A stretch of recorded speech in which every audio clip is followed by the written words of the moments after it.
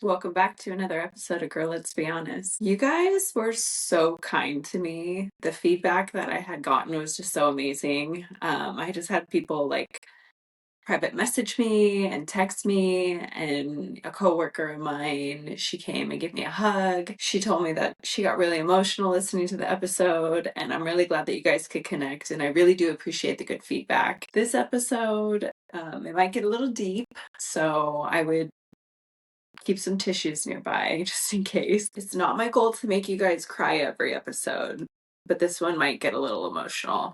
We'll see how even I do with it. I want to talk about one of the more difficult parts of my childhood, which was actually being bullied. As you guys know, I was raised by my dad, and my dad drank a lot, and he didn't really cook us food too often, but he did buy us a lot of fast food. So as a child, I was overweight, and I wasn't really sure why I was overweight because as a kid, you just don't know. And my family didn't prioritize fitness. Surprise, surprise. Pri- they were prioritizing drugs. So it's no wonder that I pretty much struggled with like childhood obesity. I think by the time I got into freshman year, I was like over 200 pounds.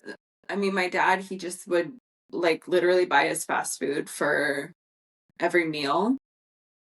And if we were sick, he would buy us ice cream from Dairy Queen, and we drink soda, and just we were not eating the best. Looking back on it now, I would never feed my child that, but again, it was the 90s and the early 2000s, and he was a guy who was just doing the best he could.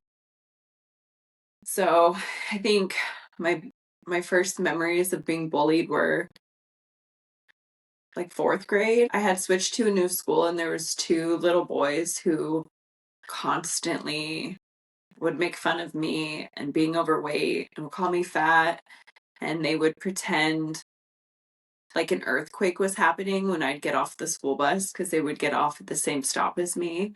So every time I would take a step, they would pretend like I was shaking the ground.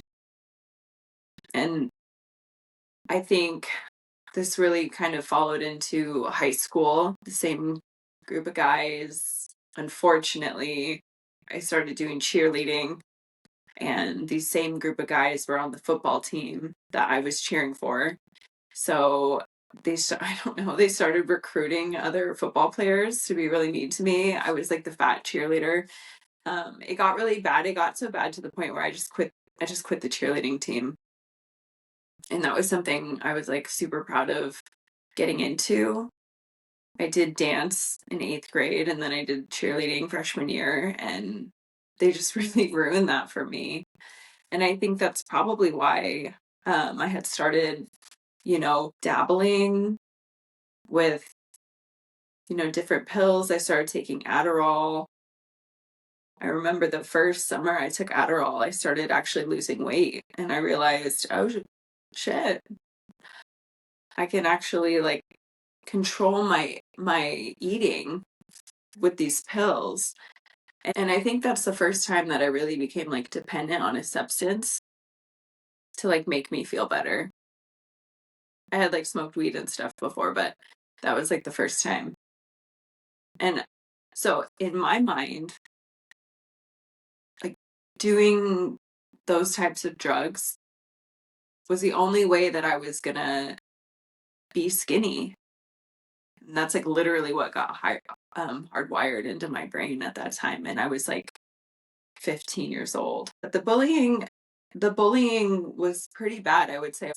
Even when I lost weight, then now I'm being bullied for being like the druggie, of course. Yeah, those boys were really relentless. And then even the girls that I had been friends with in middle school, when we got to high school, they were like too popular for me. So they didn't want to be friends with me anymore. And I'll never forget, I did have one of the guys that bullied me in high school. He reached out to me, I think last year or the year before, because now we're adults and we have kids of our own. And he actually apologized to me for bullying me, which I thought was like really kind of him. because he now realizes like having kids, like how shitty that is. I'm really glad that that happened. It really like validated me in a lot of ways.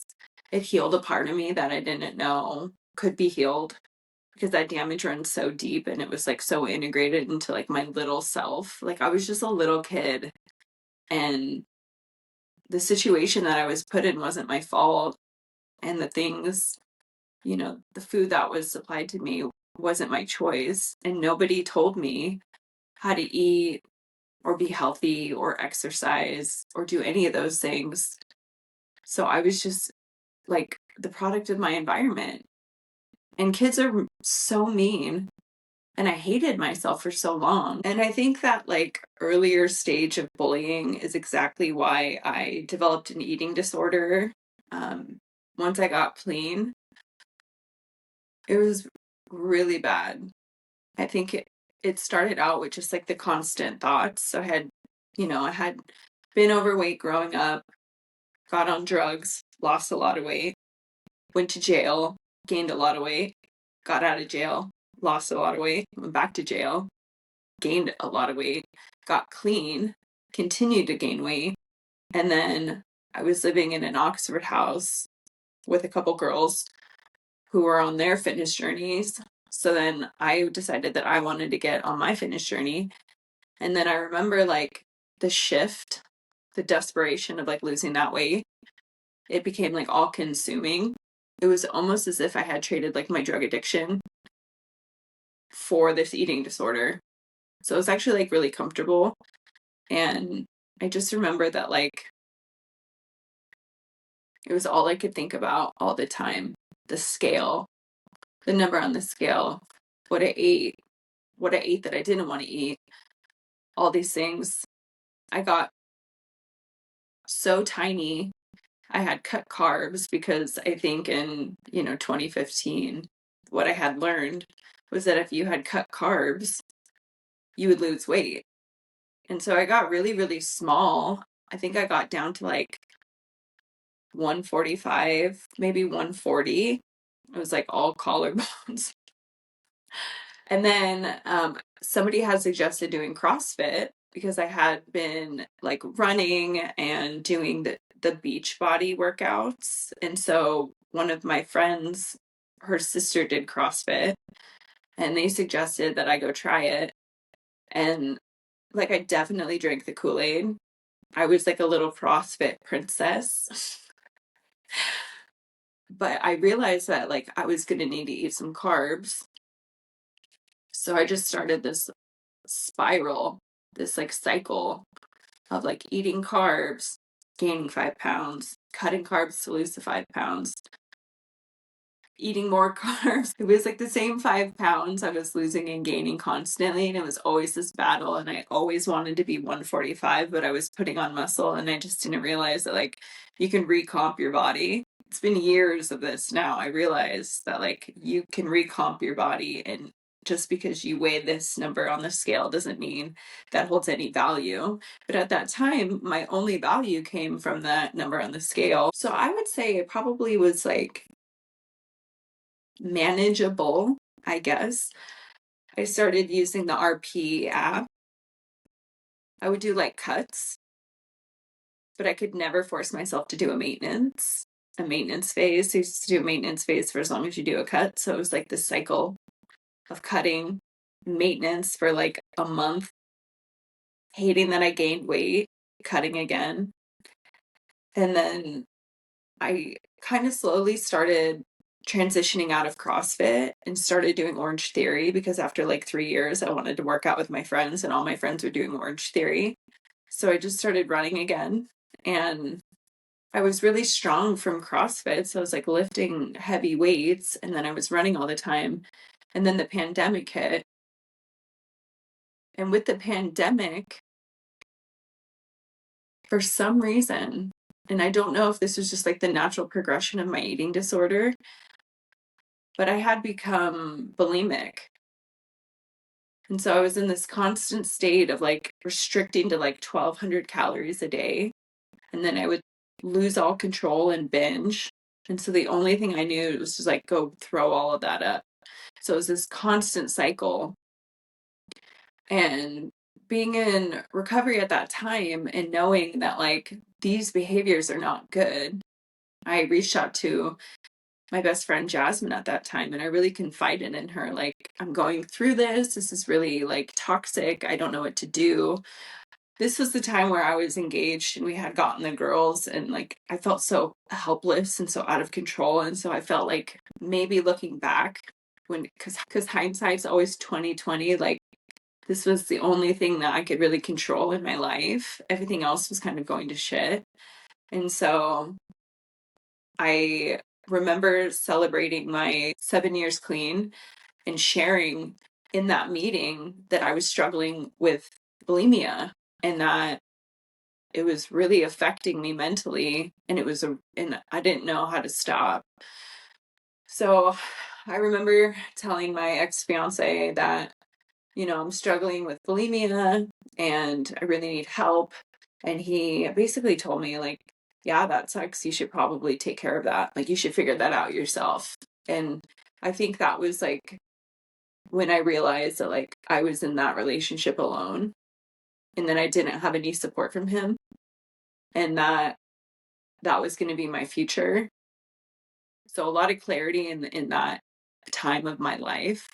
So I hired a bikini competitor coach who specialized with eating disorders, and she took me through my first bulk.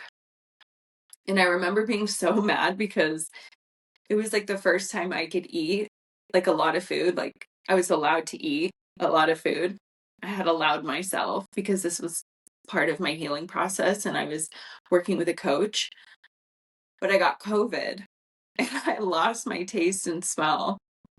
And so I had to eat all this food, but I couldn't taste any of it. And I was like, this is so fucked up.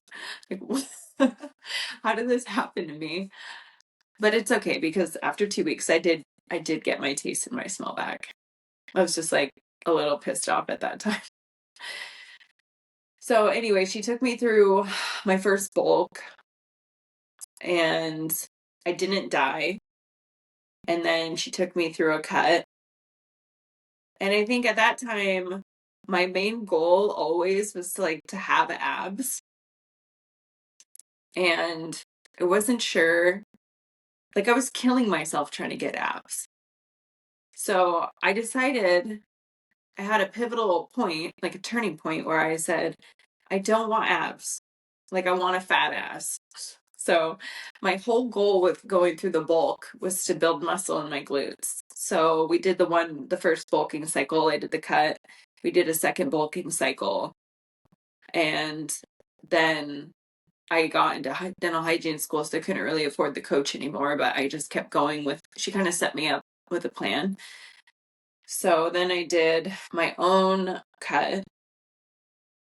I made pretty good progress. I'm actually very proud of myself for all the work that I've been able to put into it. I started working with a coach, a guy that I had met at the gym. We were going to do a recomp, and through all of this time, I always shared like my fitness journey with my best friend Jasmine. Like Jasmine was my go-to. I hired Brett. That was the coach's name. She hired Brett. We were both working together, kind of doing the same program. He wanted us to be able to like do these things together.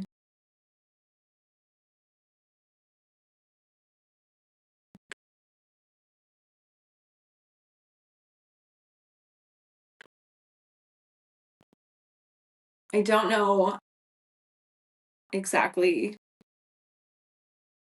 how to go into this part of the story.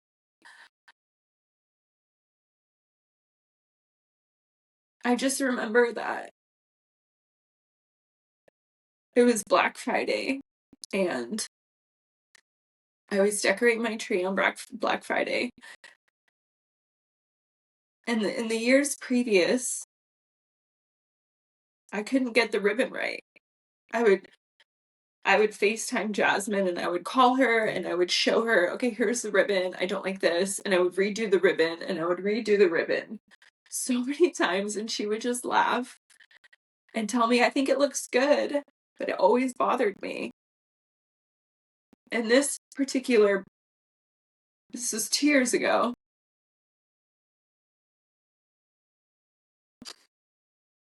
And I got the ribbon right. And I was going to FaceTime her, but I was so mad at my daughter because she wasn't down here to help me.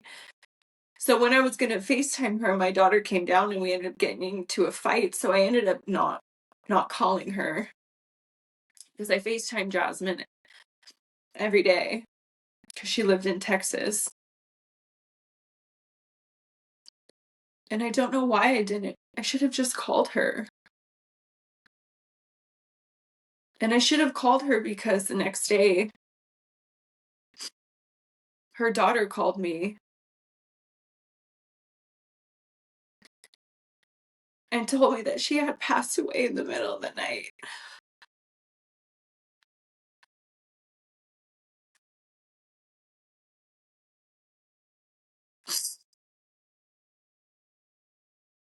And I remember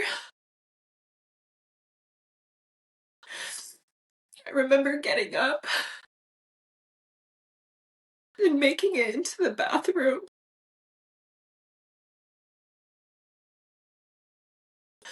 and falling to the floor.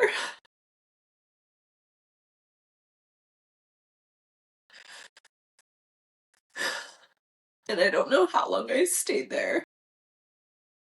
I couldn't get up.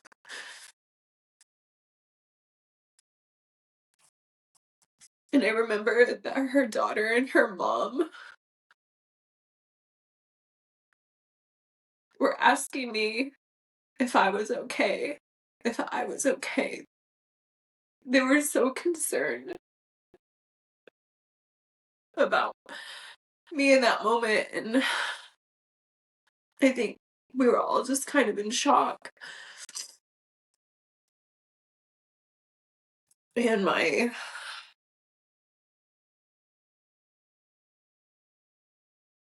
you know, a piece of me died that day.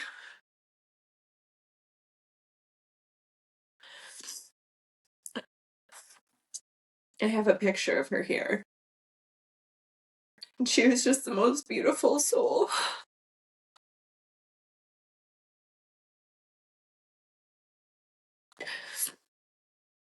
And losing her has just really changed me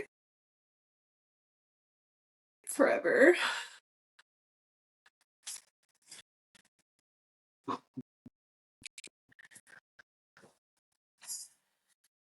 And, me and my girlfriend had only been dating for a few months at that time, and she just sat on the floor next to me. And she just put her hand on me and let me cry. I don't know what caused her heart attack. She had a heart attack and died in her sleep. And I wish I would have called her the night before. Because I always called her when I was decorating my tree. And I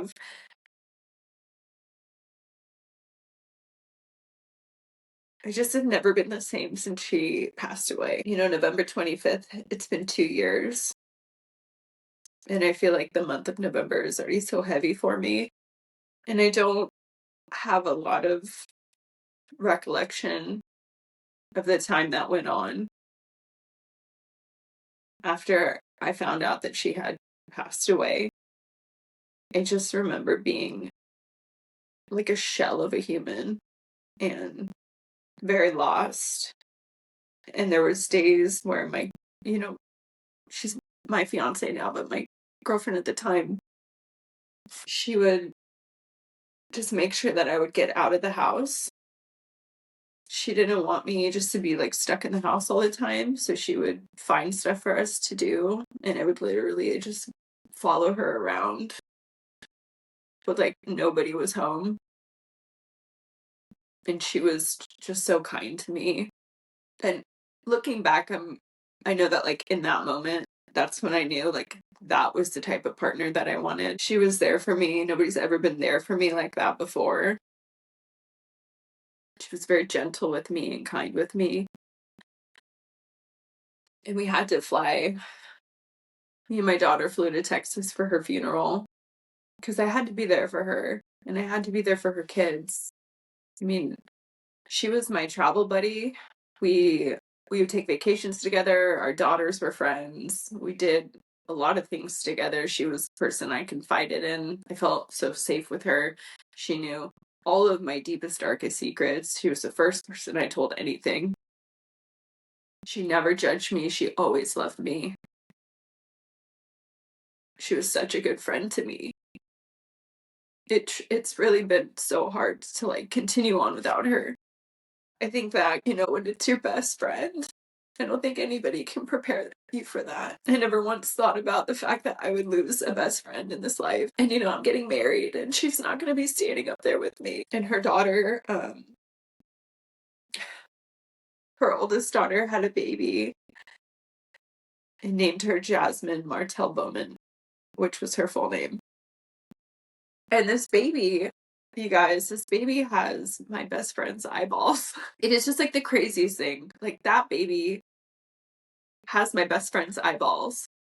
So the first time I like looked this baby in the face, I'm like taken back, almost speechless, because I hadn't seen those eyes for so long. So I really just wanted to like dedicate a little bit of this episode to her because this was like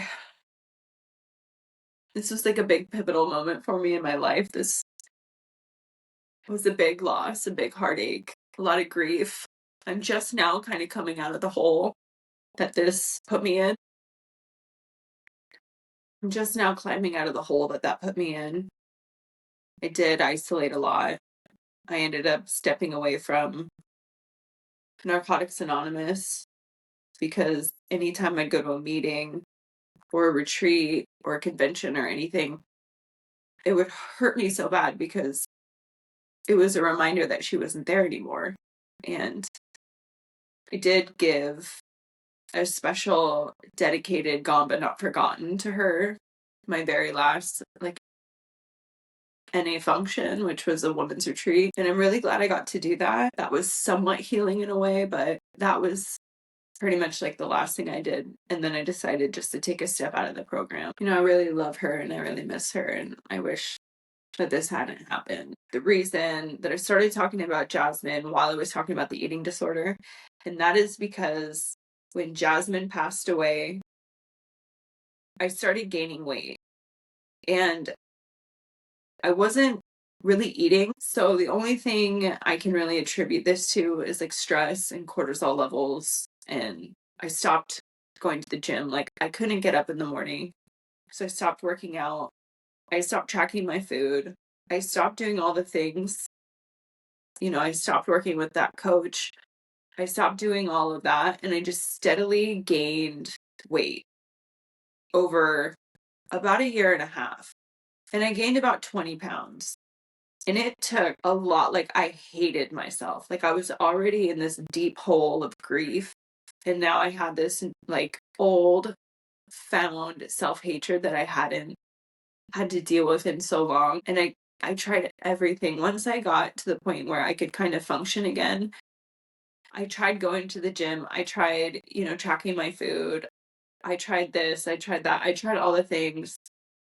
It took me so long to be able to lose any weight.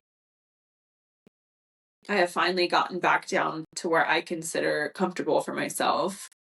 But I just hit that 2-year mark. And that was very frustrating for me.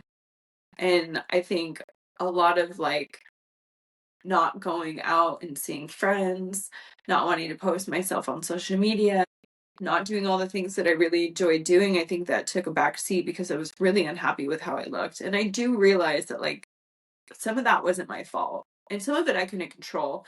And I would spiral out just trying to control that. So I think mentally, I am healing. I've worked really hard to get back to where I'm at and feel comfortable. I'm back lifting. I'm almost done with my 4-week training program that I had gotten myself back into. So yeah, I'm feeling good, feeling confident.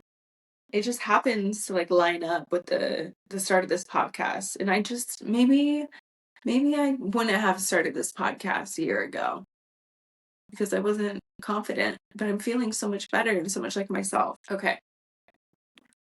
We're going to move on. Told you might need some tissues. I wanted to get into a segment that was like my hot takes on these topics. I had asked ChatGPT, 35 things I've learned in 35 years. And I didn't really like all 35 of them, so I kind of just cherry picked the ones that I liked. So I'm going to read you a statement, and then I'm going to let you know like what I think about that.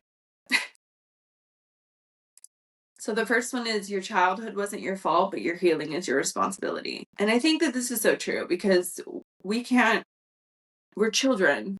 So the way that we're brought up, it's not our fault, but it is our responsibility to choose something different if it's harmful and to become better versions of ourselves. It took me a really long time to figure that out because in my family, we're very toxic and enabling, and like people will do these bad behaviors, and we were taught to look the other way. You don't tell on them, you don't talk to the cops, you don't talk to CPS, you don't do all these things. But at 30, I realized that like that's not cool. We should be holding each other accountable. We shouldn't be letting this stuff go. That's why when I took in my daughter, it was like the way my family members were raising her was no longer okay with me, and I had to do something about that. And so that's why, for me personally, going back to school, getting a bachelor's degree, becoming a dental hygienist, like doing all these things, I wanted to do better than how I was raised and the route that my family had taken. And if I hadn't done work around that, and like, and this is like an ever healing process. Like this takes time. I still have a lot of abandonment issues. I still have a lot of things to work on. But over the years, I have worked on these things, and I have like some of this little girl has healed. That eating disorder that I've been working on, and it is a constant battle. It's healing. So number 2, you can break a cycle without hating the people you came from. And this one is just, I love my dad and I love my family. And so all of that, like breaking the cycle, it's taken a lot for me to like separate how I was brought up and how I'm living now. And I still really love my family. I think there's a lot of times it's hard to be around them. And that's only because like they can be a lot for me sometimes. For the most part, everybody's kind of chilled out. Currently, nobody's really doing drugs. Hopefully it stays that way. But I don't hate any of the people that I grew up with. I love my family so much. I just don't live like that anymore.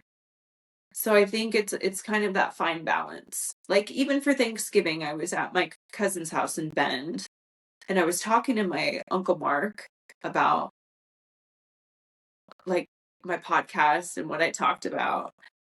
And grandma's house, the early 2000s, when everybody was, when they had made that house, the trap house, like the tweaker pad.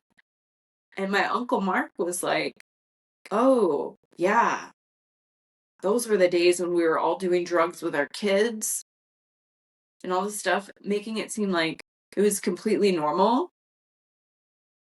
Like that was an okay thing to do, like no shame and no, like that wasn't ever an issue. And I was just like, it's so crazy to me that like that's okay to you still. Like you laugh about that now. I don't laugh about that. Number 3, silence is an answer and distance is a boundary. I think as you grow up and you become more mature and you don't need to get the last word and you can just not respond. If someone is being toxic and you can figure out how to choose not to engage, I don't care what they're doing. You don't always have to defend yourself because sometimes it's never going to get through to them. So silence is the best answer. Not reacting, not clapping back, not doing any of that stuff. And you can distance yourself from people. And those are just your boundaries for yourself. I think that's so important. I've definitely done that. Like recently and a few years ago, just, you can cut people off and it's okay. It's for your own mental health. Number 4, self-respect feels better than being liked. And nobody wanted to be liked more than me. I promise. But at a certain point, you don't have to make everybody like you. And not everybody's going to like you. And in fact, my fiance just asked me, what are you going to do when people don't respond to your podcast positively? And I said, that's okay. Like, I'm not going to be for everybody. And not everybody is going to like me. And if I do get to the point where people are leaving a lot of hate on the internet, I will just hire my daughter to run my social media so I don't have to see the negative comments because I respect myself more and I don't want to spiral down into another little hole of hatred, Number 5, if they wanted to, they would. And boy, do I stand by this. I've had a really shitty engagement where the proposal was an ultimatum. And then I just had my recent engagement in July. And it was the most magical, wonderful, grand gesture that I've ever experienced. It went way beyond anything I could ever imagine because she really put all the thought and time and like planning and all the little details that you could possibly think of. Like she did that. And so that proved to me if they wanted to, they would. I even know for myself that like if I'm not really feeling something, I find my way out of it. If I don't have time to do something, but I still want to see my fiance, I will make time. Okay. Number 6, your body needs rest, not punishment. It's okay to take a day off. It's okay to take a nap. I love naps. I just took a nap earlier. I think they're great. I think there was a time where I could not have a rest day. I needed to kill myself. I needed to run 8 miles a day. I needed to lift and then go to Orange Theory. And all my body needed was to rest. You need to take a rest day. You need to listen to your body. And there's a difference between like being sore and taking it easy or like just continuously pushing yourself without any time to recover. Your body needs to recover. 7, real love is calm, not chaos, not confusion. This is so true.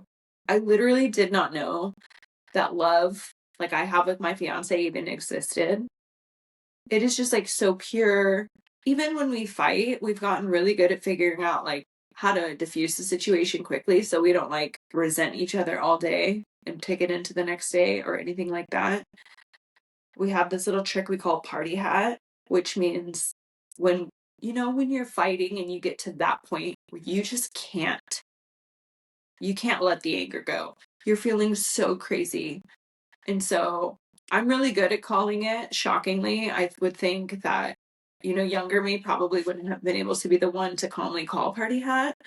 But what you do is you call party hat, and the number 1 rule is the other person has to respect it. So if I call party hat, she has to party hat. So you pick the most ridiculous thing nearby, and you put it on your head, and that's your party hat. Because like, how can you be mad with a pumpkin on my head?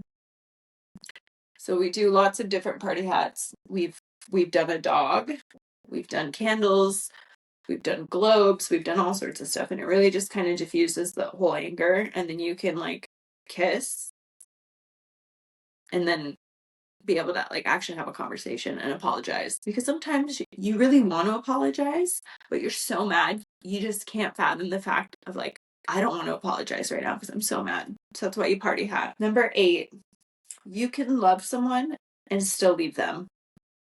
And let me just tell you, I am the queen of loving you and leaving you. Ask my ex-fiance.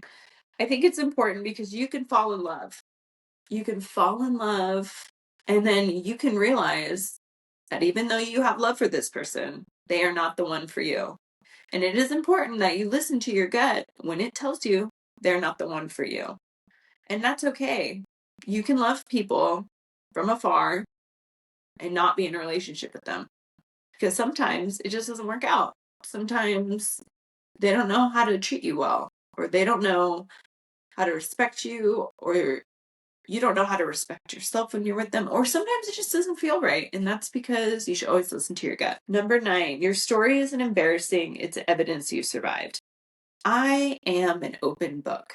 I will tell you anything and everything you want to know. I will tell you things you don't want to know. This is why I started the podcast. This is why I got in trouble at my last job for sharing my life story. I have no filter.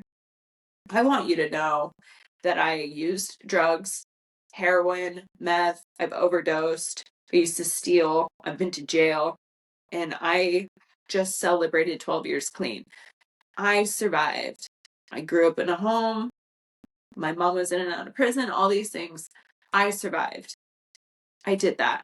I'm a strong ass bitch. I'm not embarrassed at all that like I was white trash. I still have that white trash in me. Don't get it twisted. I am still where I came from. I've just chosen to grow and become a better version of that. And I have a long story to tell. And it is evidence that like I survived. Number 10, you're not behind. You're on your own timeline. And if I wanted kids, my timeline probably biologically would be cutting it very close. Luckily for me, I don't want kids. I did, however, tell my fiance when we started dating that I wanted to get married before I turned 40. That's my own timeline. A lot of people would consider getting married at 27 later in life. I wonder what they're going to say about me. You don't have to listen to the societal norms. I do, however, feel like those young marriage having baby timelines are outdated. If you don't want to have kids, don't have kids. I've never wanted to have any kids. Do I have one? Yes. But did I birth her? No. I do not want to carry a child and birth one and raise it and try to keep it alive. I've already made it through the teenager years with this one. I'm not doing it anymore. Like your timeline is your own timeline and you're not behind. You might meet the love of your life at 50 years old, and that's okay. There's a lot of people out there. You might marry someone before that brain develops and realize they're not the one for you. Listen to your gut. It's okay. Anyway, if you made it this long, thank you for sticking around. I'm going to get a guest on next week. We're going to talk about her cheating story. It is wild. I haven't heard the whole thing. I'm very excited to deep dive. I really appreciate you guys sticking around and listening to my podcast. Make sure you subscribe, like, comment, share. I don't know, all the things. I really appreciate all the support, and I'll catch you next time. Bye.